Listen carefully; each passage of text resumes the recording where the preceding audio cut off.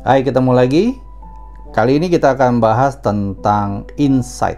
Apa itu insight? Insight ada di sini, ya.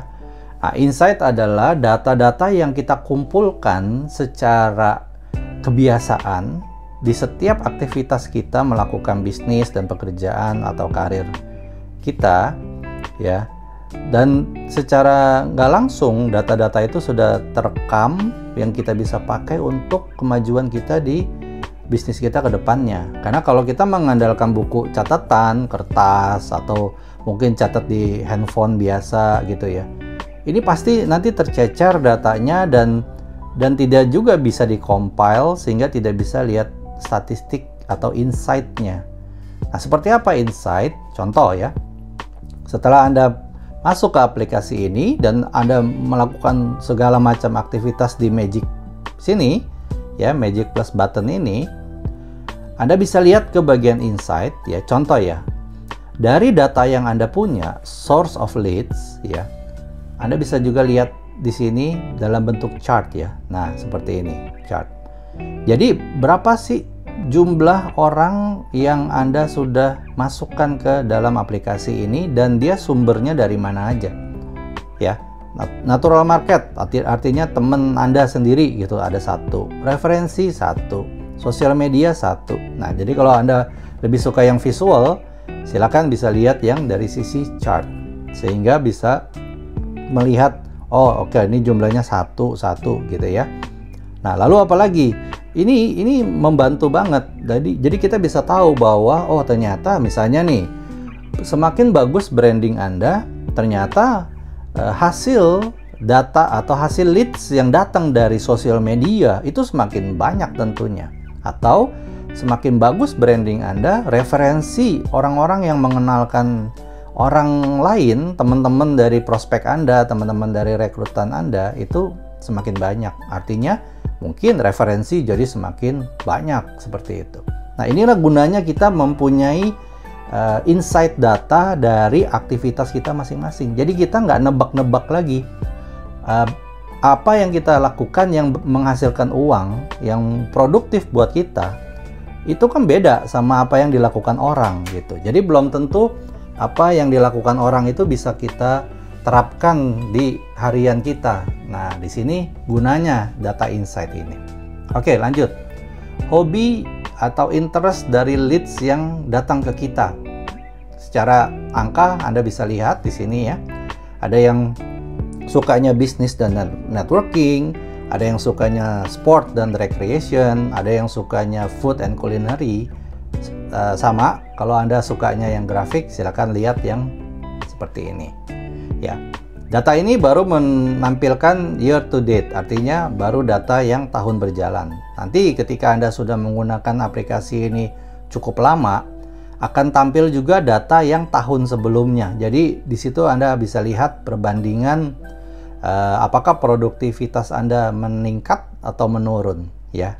Jadi nanti ada yang warna hijau, juga ada yang warna orange yang menunjukkan selisihnya. Lalu selling effectiveness, seberapa efektif Anda dalam menjual. Nah, di sini kan baru ada satu contohnya, yaitu close di second meeting, sehingga kita belum bisa bandingkan.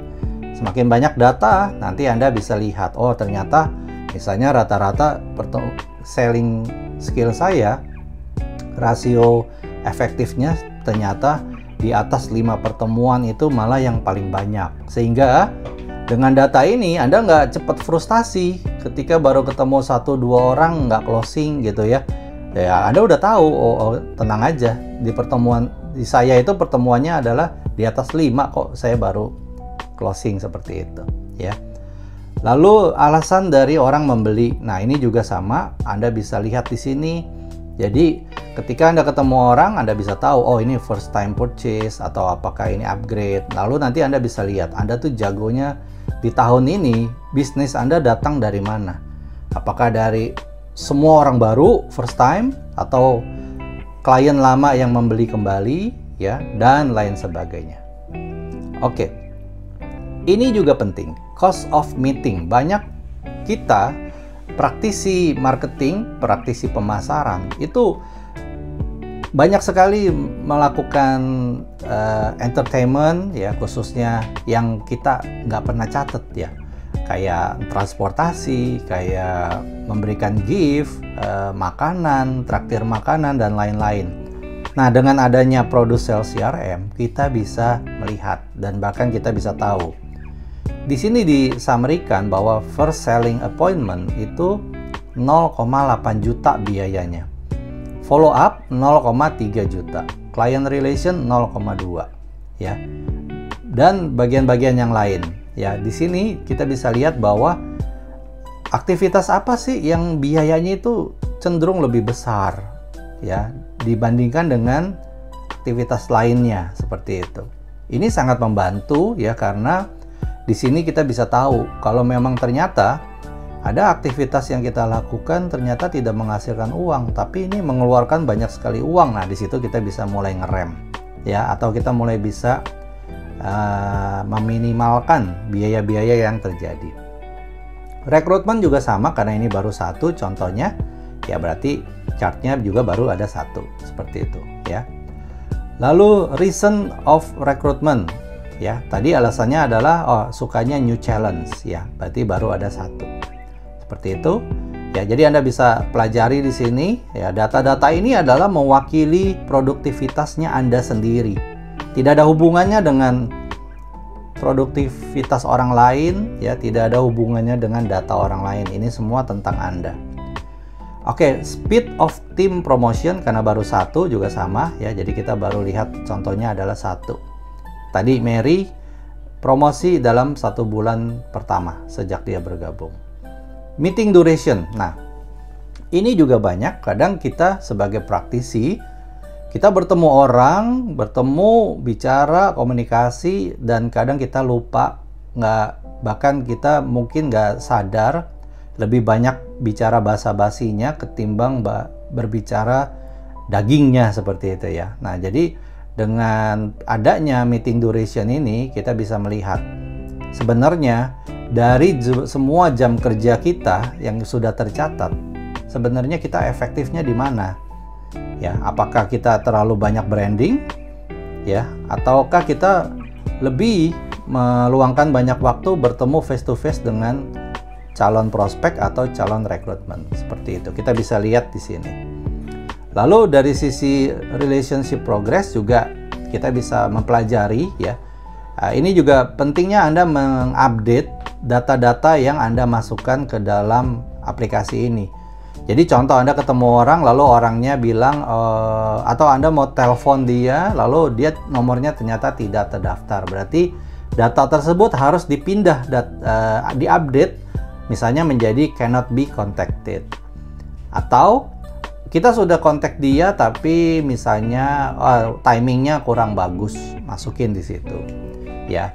Atau mungkin Anda sudah bertemu lalu dia ternyata sudah punya produknya atau dia sudah punya produk dari kompetitor ya. Silakan diupdate aja. Jadi semua kegiatan yang kita lakukan itu kita bisa catat di sini sehingga kita bisa pakai untuk manfaat kita di kemudian hari. Jadi kita tidak mudah menggunakan feeling, perasaan dalam melakukan pekerjaan kita hanya karena ditolak 1-2 orang lalu membuat sepertinya bisnis Anda itu nggak ada prospeknya ya. Oke, jadi silakan dipelajari, dites ya, semua data-data yang ada di Insight ini ya, semuanya untuk fungsi atau produktivitas Anda jadi lebih meningkat, lebih booster ya, lebih boosting ya kan, sehingga Anda bisa mencapai hal-hal yang terbaik di bisnis Anda. Oke, makasih, bye.